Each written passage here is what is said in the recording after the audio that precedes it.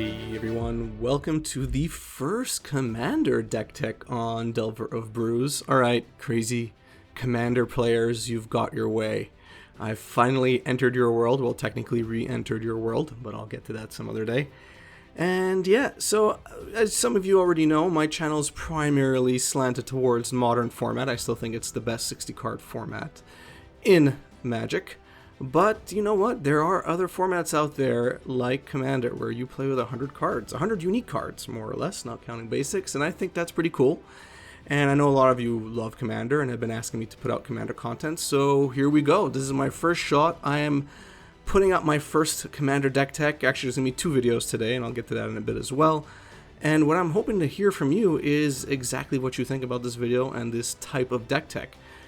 You know, the Commander world is a bit different than the modern world for a few reasons, and I'd like to know what you like about this type of video, what you would like me to change in the future. Yeah, all that stuff is going to be very important for me. So, you know, let's get right into it. Before I do, though, if you could take a second and give a thumbs up to this video, of course, if you think you're going to enjoy it or if you do enjoy it, and if you hit that subscribe button, those few seconds actually go a really long way into helping out the channel, helping spread the word, helping jiggle with that YouTube algorithm that very selectively shows you content. But subscribing and hitting that like button really helps me out a lot, helps others find my content as well, so I really appreciate it. So what's the first deck tech that I'm going to be doing Commander? So I actually went back to the days of casual, when I used to play just purely casually, 60 cards, you know, me and my play group would put whatever decks together and we would play, and I really like token decks. I really like building crazy token generator decks. And I said, you know what, if I'm going to be building a casual Commander deck, then tokens is probably going to be the deck that I build. So I actually used to play with Rhys the Redeemed a lot. I think it's Rhys. I used to say Rhys the Redeemed, but Rhys, whatever it is, I'm butchering it. You could correct me in the comment section.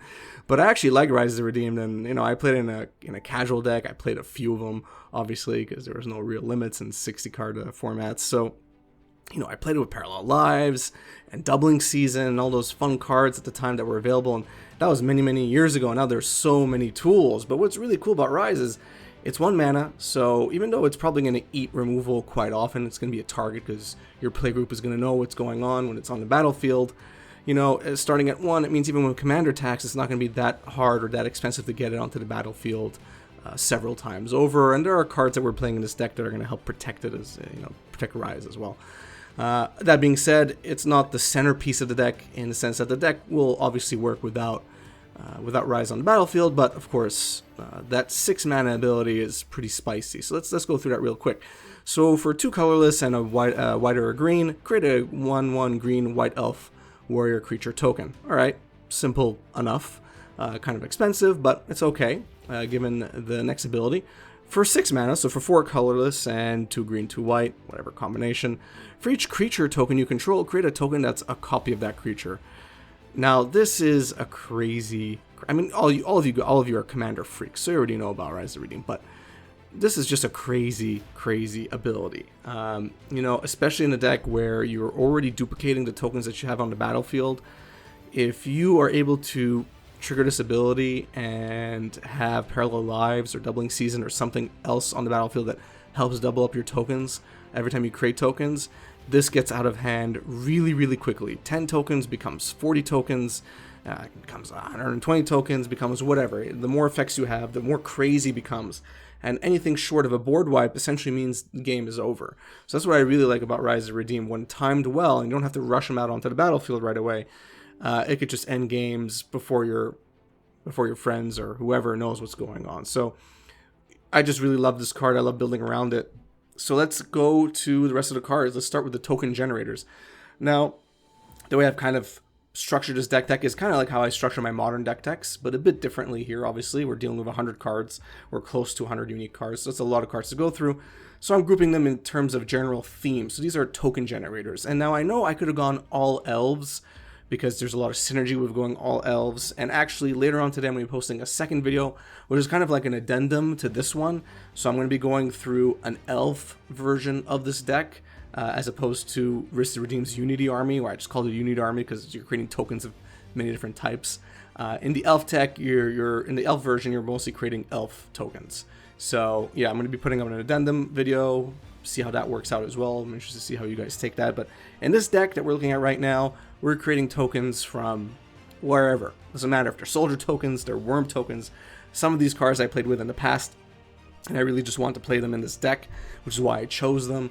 So Advent of the Worm, I used to, when I had a casual tokens deck, I used to have 4 of these, and I used to have another worm. It was 6 mana.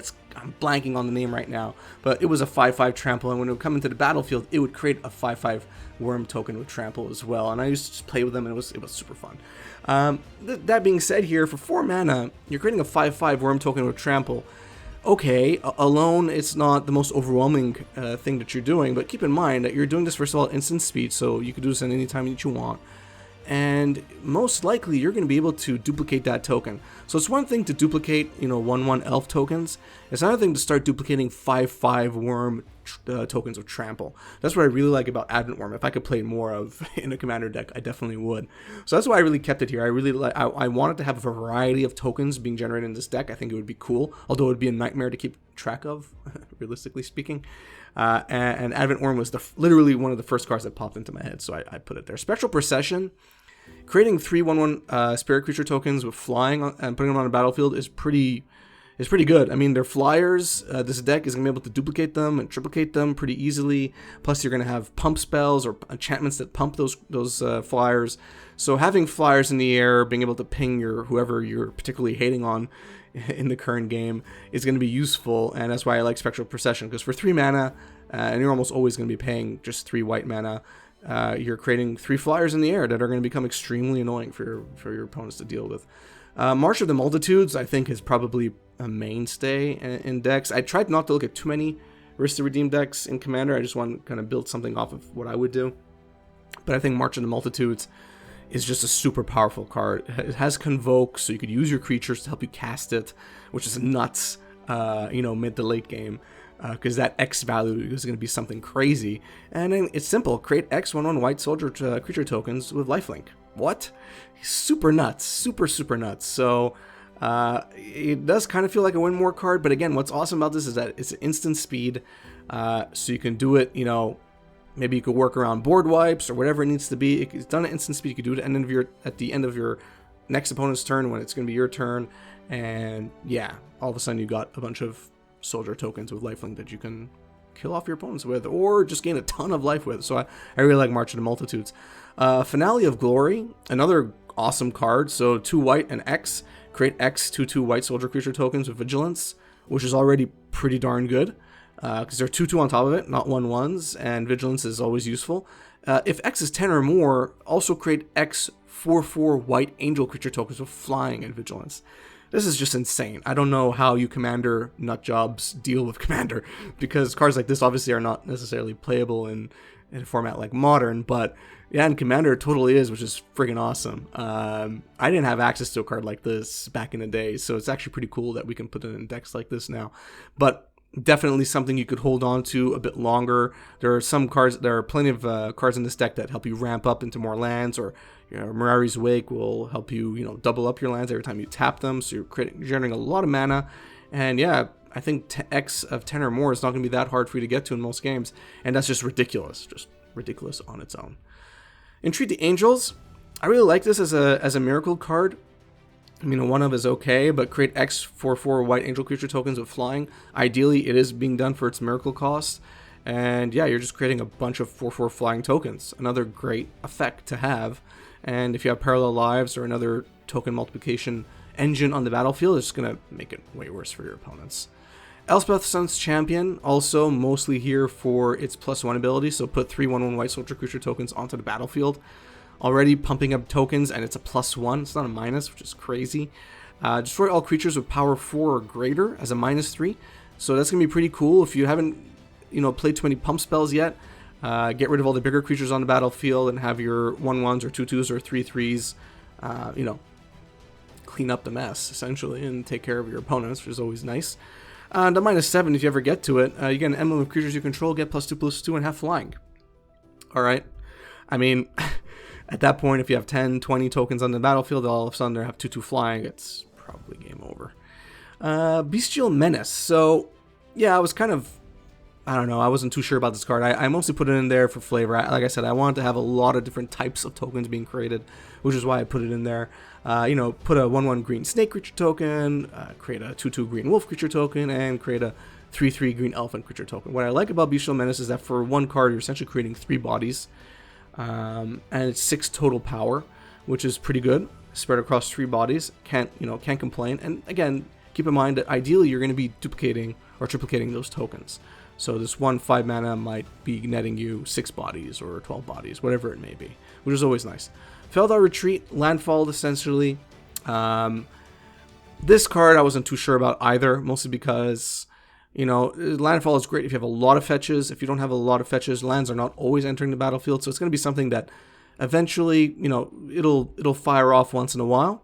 But that being said, I still think it's a nice card to have, at least ideally getting it out early on in the game, and just kind of sits there and just residually, you know, gives you some value every time you play a land, which I can't complain about. You have enough fetches in this deck to be able to do it, so I think Feldar Retreat is actually perfectly fine. You're either creating a 2/2 white cat beast creature token, or you're putting a 1/1 counter on each creature you control. Those creatures gain vigilance until end of turn. Keep in mind, just keep that +1/+1 counter thing in mind, because there's a sub-theme that I put into this deck, which wasn't that hard to put into this deck, and it's +1/+1 counters, and you'll see how that sub-theme evolves as we go more and more into these cards. Next is Battle for Bretagard, a new card that came out in Kaldheim. I really like this as a card, so, you know, the first turn it comes out, you're creating a 1/1 white human warrior creature token, great. Next turn it's creating a 1/1 green elf creature token, awesome. And then the third turn, choose any number of artifact tokens, or creature tokens you control with different names. For each of them, create a token that's a copy of that. That's a copy of it. So that's pretty cool. It's like a one-off parallel lives, or essentially it's that kind of an effect that just happens once and then it finishes, which is always pretty good. You could try and plan your turns accordingly. Make sure you have the most amount of tokens you can. Just before that third turn, that third trigger, and then you get a whole bunch of copies, which is pretty cool. I think that's a nice little feature, a nice little addition to token decks. Vidugazi Guildmage, something that's a bit more old school. So I mostly put it in here for the populate ability, less so for the create a 3/3 green centaur token for 6 mana, which is kind of pricey. What I do like about it is that for 4 mana you can populate, and all of you know what populate does. Create a token that's a copy of a creature token you control. So you're populating for one particular token, but it's still populate. You're still duplicating a token. You could duplicate a 5/5 worm token if you wanted to, or another flyer, or a 4/4 white angel creature token, whatever it may be. I like the ability to populate, plenty of populate cards in this deck, so mostly why the Guildmage is in here. Hero Bladehold, another card I really enjoyed playing in casual. So whenever Hero Bladehold attacks, put 2 1/1 white soldier creature tokens onto the battlefield, tapped and attacking. This is really great, especially if you start to have doubling effects, like doubling season or parallel lives or whatever it may be. All of a sudden, every time Hero Bladehold attacks, you're creating double or triple the amount of tokens it's supposed to, which is crazy. And if you look at the battle cry, which is kind of adding insult to injury there, whenever this creature attacks, each other attacking creature gets +1/+0 until end of turn. Alright, talk about kind of a finisher, or at least speeding things up, because if you're attacking with a bunch of other tokens at the same time, they're getting pumped, you're dealing a bunch of damage, and your opponents are going to have to deal with it accordingly. I really like Hero Bladehold here as a token generator. Garruk Primal Hunter, again, the +1 ability creates a 3/3 green beast creature token, which is pretty awesome. The -3 draw cards equal to the greatest power among creatures you control. That's also pretty cool. You know, if you have a 4/4 or 5/5 out, you know, drawing 5 cards, that's pretty powerful. I mean, 5 cards is a lot in any format, especially, but you know, Commander as well. So the -3 is pretty cool, but the -6 is really the pièce de résistance here, because create a 6/6 worm creature token for each land you control. Alright, well, you do this a few turns after Garruk Primal Hunter hits the battlefield, and you have at least 6, 7, maybe 8 lands. Ideally, a token duplication enchantment on the battlefield, and all of a sudden, you got 6/6 green worm tokens just everywhere. You don't know what to do with them. You don't know who to kill first. Actually, you could probably kill all of your friends at the same time, because that's a lot of 6/6 worm tokens. Alright, the last 3 cards here are Johnny's Strength of the Pride. So, alright, +1, you gain life equal to the number of creatures you control, plus the number of planeswalkers you control. Well, you know, in a pinch, if you're running low on life, you drop this Planeswalker down, and if you have 5, 10 tokens, you're gaining 5, 10 life, which can be useful. And if you have 40 tokens, you're gaining 40 life. So, just as a life gain in general, I think Ajani's a nice little addition here. Its -2 is create a 2/2 white cat soldier creature token named Ajani's something. I can't even read it, which is kind of embarrassing. Which has whenever you gain life, put a 1/1 counter on Ajani Primate. All right, so basically tokens that pump themselves every time you gain life. We've seen this before, and we're seeing it here again as a -2. Ajani starts off as 5, which is pretty good. You can do those essentially twice before you need to worry about using the +1 ability. So, you know, you create a few tokens, ideally they're being duplicated because you could populate or you have parallel lives or something, and then you +1 and gain a ton of life. And then for 0, if you have at least 15 life more than your starting total life, exile Ajani's Strength of the Pride, and each artifact and creature your opponent controls. Well, that's a nice little board wipe, right? Just nice little board wipe. I don't know what else to tell you. I think that's pretty darn cool. All right, so Ajani's Strength of the Pride, just an all overall nice utility card here. Next up, Assure and Assemble. So put a 1/1 counter on target creature. That creature gains indestructible until end of turn. Okay, cool. Nice little maybe combat trick. Also has a +1/+1 counter, which is a sub-theme, of course, like I said before. Or you cast it for Assemble, which is create 3 2/2 green and white Elf Knight creature tokens with Vigilance. Those are a lot of 3/3. Those are a lot of 2/2s with Vigilance. Again, you're creating more tokens here. It's part of the main part of the deck, and I think Assure and Assemble are actually a pretty cool ensemble because they actually feed to both themes of this deck. Last but not least, another bomb, Secure the Wastes. 1 white X, put X 1/1 white 1/1 white warrior creature tokens onto the battlefield. Simple as that. Instant speed. If you have 10 mana available to you, or 20, whatever it may be, if you have Mirari's Wake on the battlefield, you're creating so many tokens. So many tokens. Secure the Waste is just an awesome, awesome, awesome card. Alright, so what about the Token Duplicators? So all the effects that actually, you know, help you duplicate your tokens, whether it's all of your tokens or some of your tokens, whatever it may be. Well, the All-Star, obviously, Doubling Season, been around forever, since the original Ravnica, right? And it's been reprinted several times. Doubling Season, you have to have it here. You have to. And like I said, it feeds off to both themes of the deck, mainly tokens, but also counters. Very cool. This affects 1/1 counters. This affects -1/-1 counters. This affects counters on your planeswalkers. So Doubling Season, very, very powerful card. We all know why everyone loves it. Parallel Lives, kind of, you know, the second coming. And, you know, this only affects your tokens, but that's fine. It's the same effect as Doubling Season. So every time you put a token on the battlefield, you create a copy of it. You're doubling it up. Parallel Lives. Very, very powerful. I would take it over Doubling Season if I needed to. It doesn't really matter. Comes down a turn earlier as well, which is awesome. Anointed Procession. If an effect would create 1 or more tokens under your control, it creates twice as many tokens instead. Okay, so Parallel Lives, but in white. Perfect. I can play 2 Parallel Lives in Commander. I feel like I'm cheating.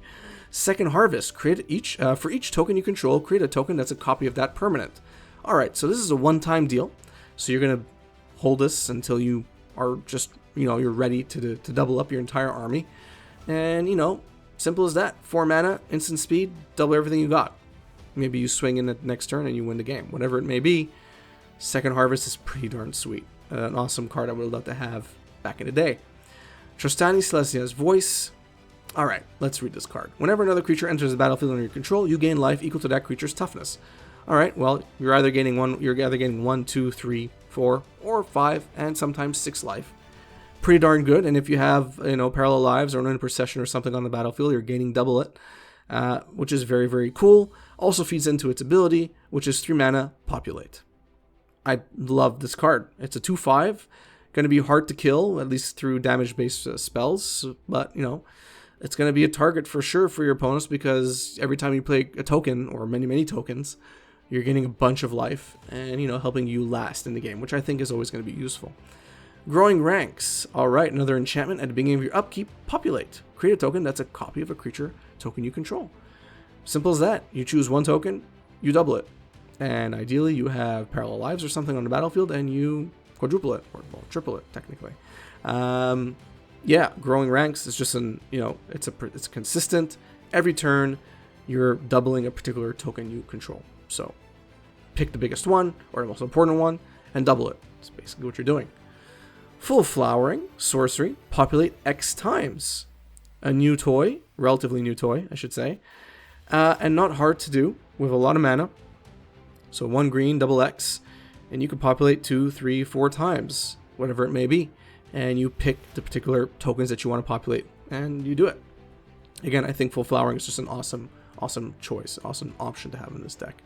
Rootborne Defenses and Sundering Growth. So these are actually, well, one's kind of like a fog-like effect, Rootborne Defenses, although not technically true, and other is a removal.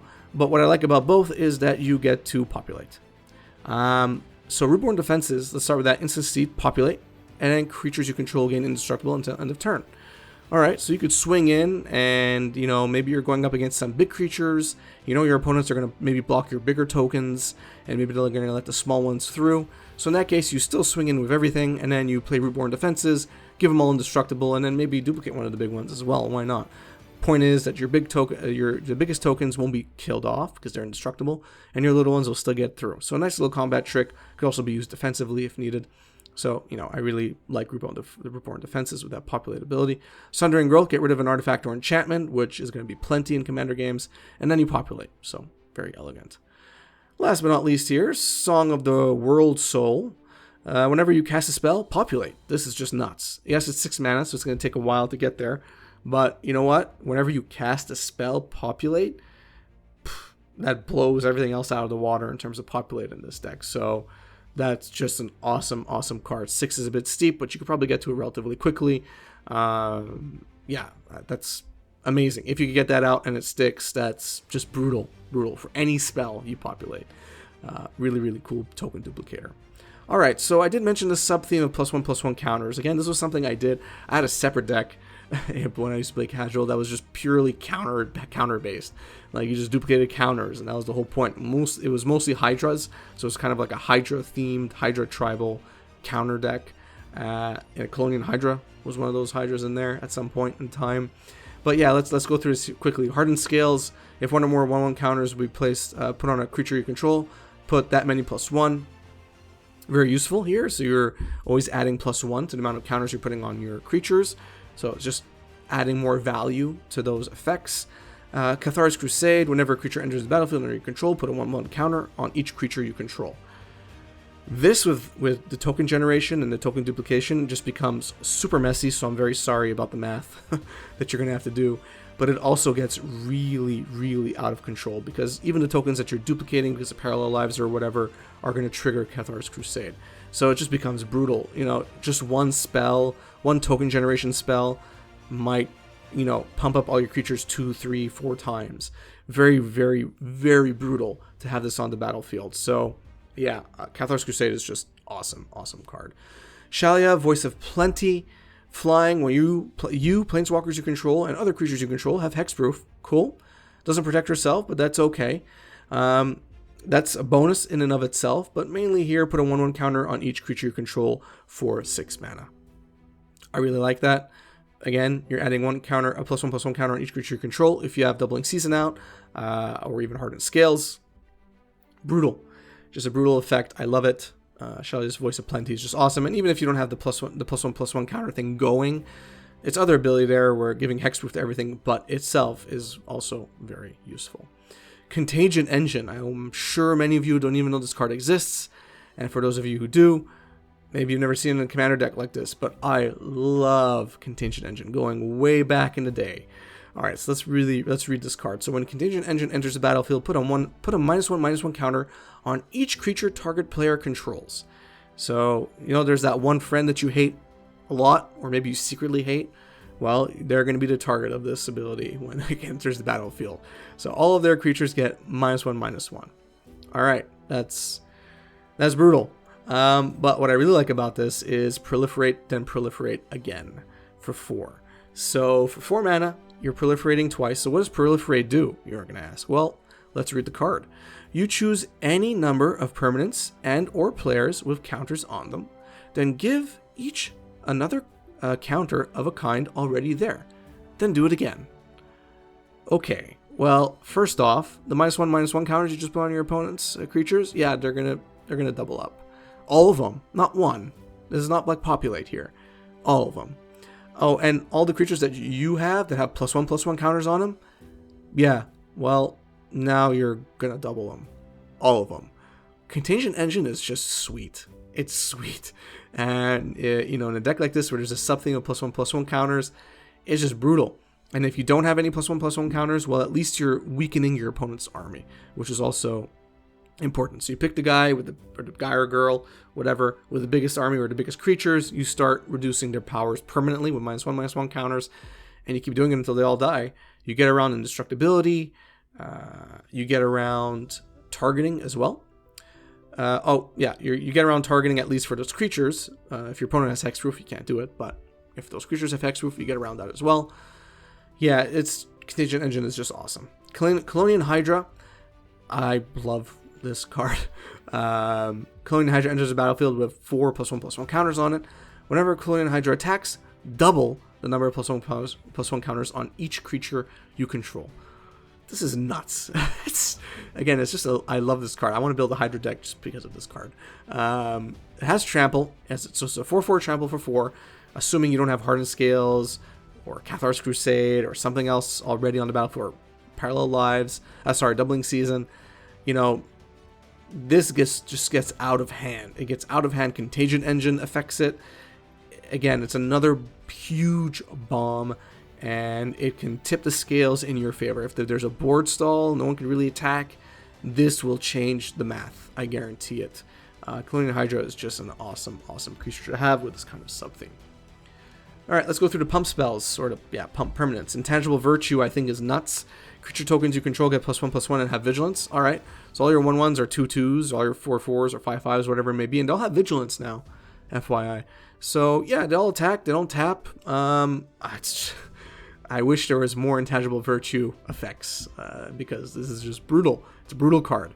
Glorious Anthem, creatures you control get +1/+1. Alright, not as good as Intangible Virtue, and you're paying way more, but it does target all of your creatures, at least, and not just your tokens. There are some bonuses there, that's for sure.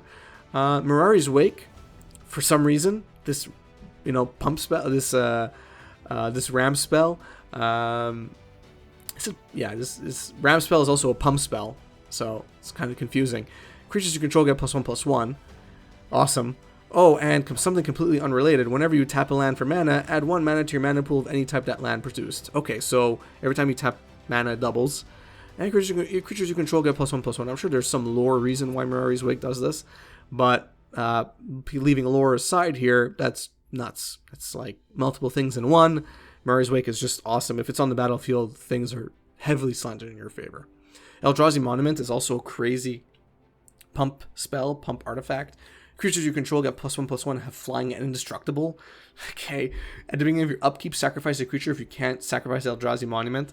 This is really not a big issue in a deck like this, so you're always going to have tokens, ideally, that you can sacrifice to get rid of, to keep Eldrazi Monument on the battlefield. And generally speaking, if you have Eldrazi Monument on the battlefield, all your tokens have +1/+1, have flying and indestructible, the game's not going to last much longer anyway, at least I would assume. It really depends on the type of decks you're playing. But if you've really got a formidable army out there, Eldrazi Monument is going to help you close out the game pretty quickly. So I think an awesome include here. Chroma's Memorial, I built a deck around this too, where I tried not to ever lose, which was kind of stupid. But anyway, Chroma's Memorial, but it wasn't this, it was another one. I won't get into it. Creatures you control have flying, first strike, vigilance, trample, haste, protection from black and from red, and they have everything else under the sun. So again, this doesn't necessarily pump up your creatures with +1/+1, but it gives them everything else you would want. Flying, great. First strike, okay. Vigilance, or damn. Trample and haste. Not much is missing there in terms of the keyword soup. And on top of it, why not protection from black and from red? Yeah, Chroma's Memorial is also crazy. Once it's cast, you don't have to, maintain it like you have to do with Eldrazi Monument. Just a bonkers card. Bonkers. Ramp and mana fixing. Sakura Tribe Elder, kind of like a mainstay here. It's a rampant growth on the stick. You could ideally chump block with it, and then go get a land. Rampant Growth. Can't chump block with it, but you are going to get a land and put it on the battlefield, helping you ramp up. Farseek. Same thing here. You're getting a plains, island, swamp, or mountain, put it on the battlefield tapped, and shuffle your library. So, I mean, you're not getting a forest here, but you're getting a plains. That's perfectly fine. You already have a forest, obviously, since you're casting it. So, getting a plains is okay. Explore. You may play an additional land this turn. Draw a card. All right. It's ramp and draw. Pretty cool. Cultivate and Kodama's Reach. Functionally the same. Basically, you're getting 2 lands out of your deck, 2 basics out of your deck, and one's going to battlefield tapped, the other into your hand. Very, very cool. Very nice way of getting more lands into your hand if you're a land light. Smothering Tithe. Whenever an opponent draws a card, that player may pay 2. If that player doesn't, you create a colorless treasure artifact token with sacrifice this artifact, add 1 mana of any color. Keep in mind, these are also tokens. So if you have Parallel Lives or something on the battlefield, they're getting duplicated. So your ramp spell is on super ramp. So your opponents might want to play that 2 mana tax, essentially. Because if not, you're going to be creating a bunch of these treasure tokens that you're going to be able to, you know, sacrifice and generate a bunch of mana and play really big Secured Wastes, for example, or whatever it may be. So I think Smothering Tithe is pretty awesome here. And then the Soul Ring, don't say anything here. Celestia Signet, that's nice, a little mana fixing and ramp at the same time, technically. And of course, Arcane Signet, because Commander. Removal, so we have some removal spells here. Swords to Plowshares, yes, of course. Path to Exile, not as good, but still exiles a creature. All good there. Hour of Reckoning has Convoke, which is pretty cool. Destroy all non-token creatures. Very selective there, obviously.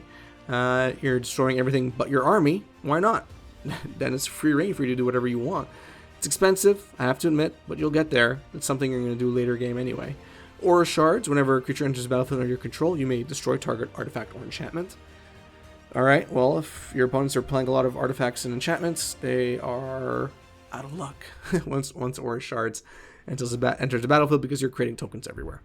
Return to Dust. Exile target artifact or enchantment. If you cast a spell during your main phase, you may exile up to 1 other target artifact or enchantment. So a 2-for-1, maybe, ideally, if you cast it at sorcery speed.